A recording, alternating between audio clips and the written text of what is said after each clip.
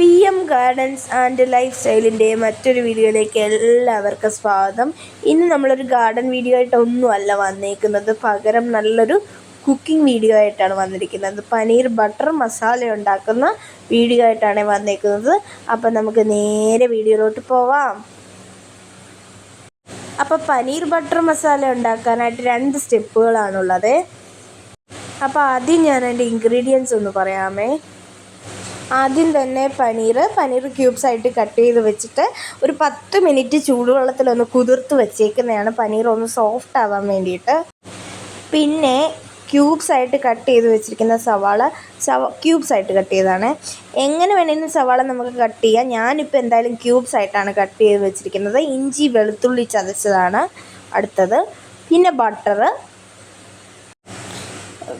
പിന്നെ തക്കാളി ഒരു 3 എണ്ണം അരിഞ്ഞതും എരിവിനാവശ്യമായ പച്ചമുളകും ആണ് വെച്ചിരിക്കുന്നത്.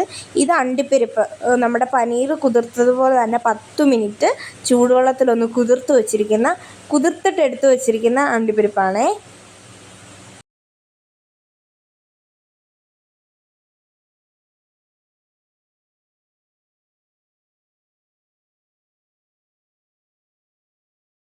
പാൻ ചൂടായി വന്നപ്പോഴത്തേക്കും ആദ്യം തന്നെ കുറച്ച് ബട്ടർ ചേർത്ത് കൊടുത്തു. ഇനി അതൊന്ന് ഉരുകി വരട്ടെ. ബട്ടർ ഒന്ന് ഉരുകി വന്നപ്പോഴത്തേക്കും നമ്മൾ അതിനകത്തോട്ട് ഒരു കഷ്ണം പട്ട, 3-4 ഗ്രാമ്പു എന്നിവ ചേർത്ത് കൊടുത്തു. അതെനിക്ക് എടുക്കാൻ പറ്റിയില്ല. അതിലേക്ക് ഇനി 3-4 ഏലക്ക കൂടി ചേർത്ത് കൊടുത്ത് നന്നായിട്ട് ഇളക്കുകയാണ്. നന്നായിട്ട് ഇളക്കി കൊടുക്കുക. അതിൻ്റെ പച്ചമണമൊക്കെ ഒന്ന് മാറി വന്നപ്പോഴത്തേക്കും നമ്മളതിലേക്ക് സവാള ഇട്ട് നമ്മൾ നന്നായിട്ട് ഇളക്കി കൊടുക്കുക.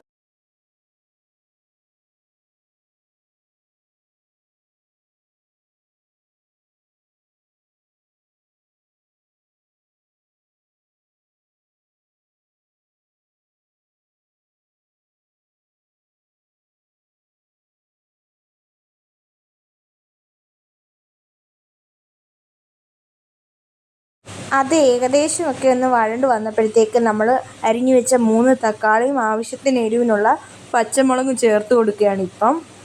അതും നന്നായിട്ട് ഇത് 3ഉം കൂടെ നന്നായിട്ട് നമ്മൾ ഇളക്കി കൊടുക്കണം.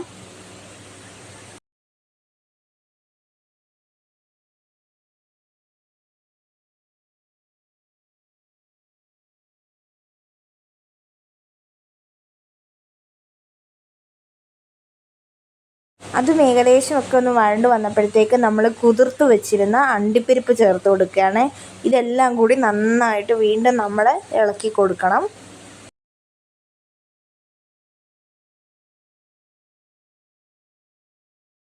ഇളക്കി കൊടുത്തതിന് ശേഷം ഇനി നമുക്ക് പൊടികൾ ചേർത്ത് കൊടുക്കാം. ഒരു 1.25 ടേബിൾ സ്പൂൺ മുളക് പൊടി,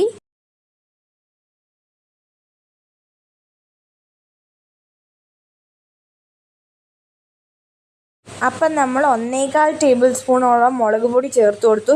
ഇനി ഒരു 3/4 ടേബിൾ സ്പൂണോളം മല്ലിപ്പൊടിയാണ് ചേർത്ത് കൊടുത്തിരിക്കുന്നത്.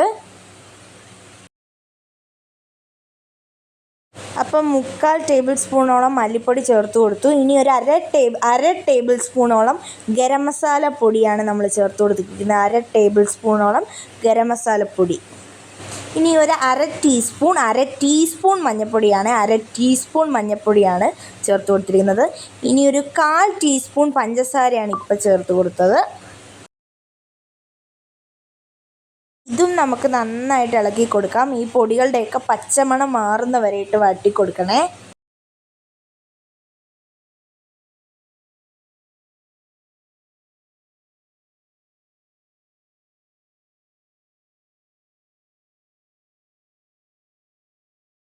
ഇപ്പം എന്താണ്ട് ഈ പൊടികളുടെയൊക്കെ പച്ചമണം ഒന്ന് മാറി തുടങ്ങി. ഇത് മുഴുവനായിട്ട് ഇതൊന്ന് വഴണ്ട് കഴിയുമ്പോൾ ഞാൻ ഗ്യാസ് ഓഫ് ചെയ്തിട്ട് ഈ മിക്സ് ഒന്ന് ആറാനായിട്ട് വെക്കും, അതായത് തണുക്കാനായിട്ട് വെക്കും. അതിന് ശേഷം ഇത് അരച്ചെടുക്കാൻ വേണ്ടി കൊണ്ടുപോകുവാണേ. ഇപ്പം ഞാൻ വീണ്ടും പാൻ അടുപ്പത്ത് വെച്ചിട്ട് കുറച്ച് ബട്ടർ ഇട്ട് കൊടുത്തു വീണ്ടും.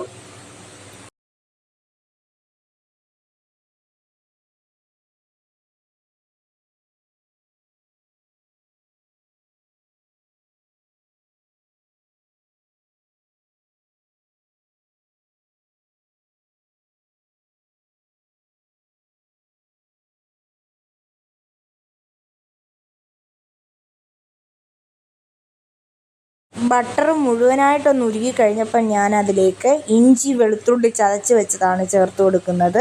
ഇത് നന്നായിട്ട് ഇളക്കി വഴറ്റി കൊടുക്കണം, ഇല്ലെങ്കിൽ ഇഞ്ചിക്കും വെളുത്തുള്ളിക്കും ഒരു പച്ചക്കുത്ത് നിൽക്കും. നന്നായിട്ട് അതുകൊണ്ട് അതിൻ്റെ പച്ചക്കുത്ത് മാറുന്നവരെയും നമ്മൾ ഇളക്കി വഴറ്റി കൊടുക്കണം, അത് ശ്രദ്ധിക്കണേ.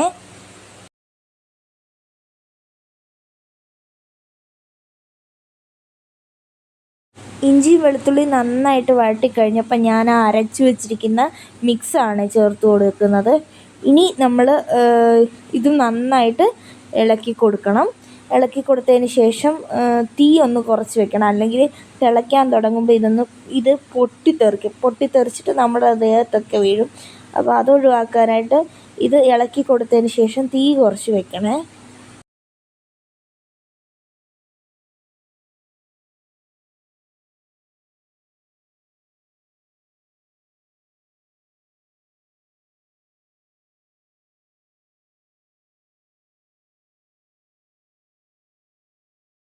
കുറച്ച് കഴിഞ്ഞപ്പോൾ ഞാൻ അതിലേക്ക് ആവശ്യത്തിന് ഉപ്പ് ചേർത്ത് കൊടുത്തു.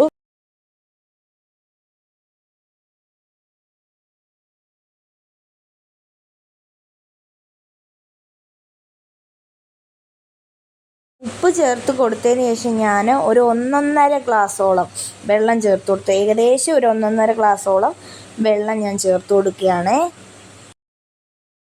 ഇപ്പം ഞാൻ വെള്ളം ഒഴിച്ചു കൊടുക്കുകയാണ്. വെള്ളം ഒഴിച്ചതിന് ശേഷം ഞാൻ നന്നായിട്ട് ഇളക്കി തിളയ്ക്കാനായിട്ട് ഇപ്പം നമുക്ക് വെയിറ്റ് ചെയ്യാം.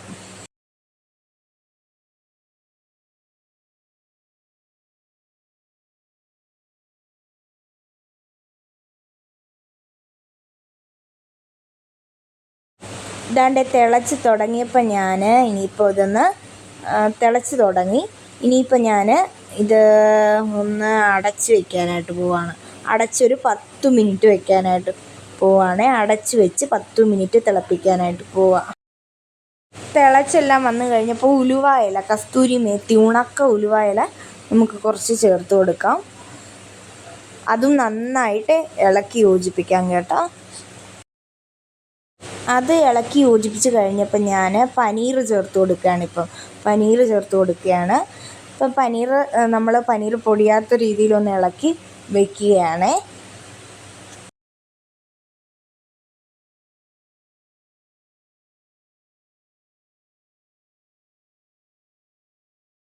ഇളക്കി വെച്ച് പനീറും കൂടി യോജിച്ച് കഴിഞ്ഞപ്പോഴത്തേക്കും കുറച്ചും കൂടി ബട്ടർ ഞാൻ അതിലേക്ക് ചേർത്ത് കൊടുക്കുകയാണ്. ഈ സമയത്ത് വേണമെങ്കിൽ നമുക്ക് ഫ്രഷ് ക്രീമും മല്ലിയിലയും ചേർത്ത് കൊടുക്കാം. പക്ഷേ ഇന്നത് രണ്ടും എൻ്റെ കയ്യിൽ ഇല്ലായിരുന്നു, അതുകൊണ്ട് ഞാൻ ചേർത്ത് കൊടുക്കുന്നില്ല. അപ്പം ബട്ടർ നന്നായിട്ട് ഇളക്കി നമുക്ക് ബട്ടറൊക്കെ യോജിപ്പിച്ച് കഴിഞ്ഞപ്പോഴത്തേക്ക് ഒരു ടേസ്റ്റിന് വേണ്ടിയിട്ട് ഒരു 4 പച്ചമുളക് ഇങ്ങനെ കുത്തി വെച്ച് കൊടുക്കുകയാണ്. ഇതൊരു പ്രത്യേക ടേസ്റ്റ് നമ്മുടെ പനീർ കറിക്ക് തരുമേ. അതിനുശേഷം ഒരു 2 മിനിറ്റ് അടച്ചൊന്ന് വെക്കുകയാണ്. ഇപ്പം എന്താണ്ട് നമ്മുടെ കറി റെഡി ആയിട്ടുണ്ട്.